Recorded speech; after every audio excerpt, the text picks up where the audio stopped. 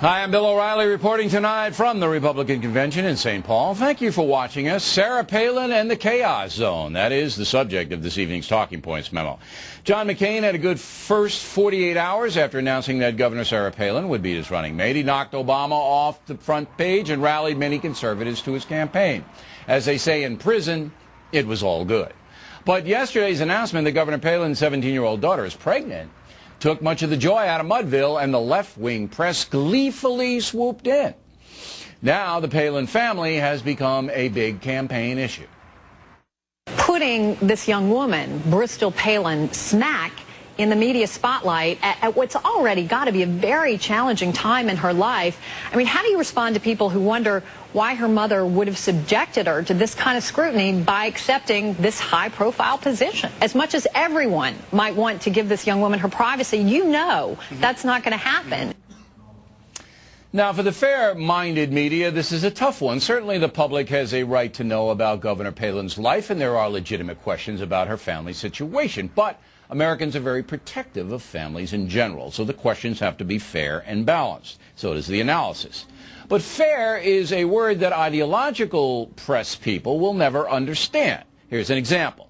Writing in the Chicago Sun-Times, race-baiting columnist Mary Mitchell, who along with Eugene Robinson of the Washington Post are the worst in applying race to just about everything, said this, quote, "When an unmarried 17-year-old comes up pregnant on the south side of Chicago, Republicans don't make it sound like a beautiful thing. They call it tragic and a moral failure, and they often blame the teen's parents. Conservatives like Palin have been hard on young unwed pregnant women in urban areas.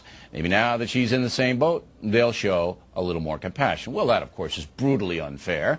Critics of teen pregnancies have a perfect right to put forth that if children give birth to children, many bad things can happen, like society having to support both mother and child, like children being unsupervised because there's no father in the home, like mothers and fathers being emotionally unequipped to raise their children responsibly. Those are legitimate concerns, even if Ms. Mitchell spins it as a race situation, which it is not.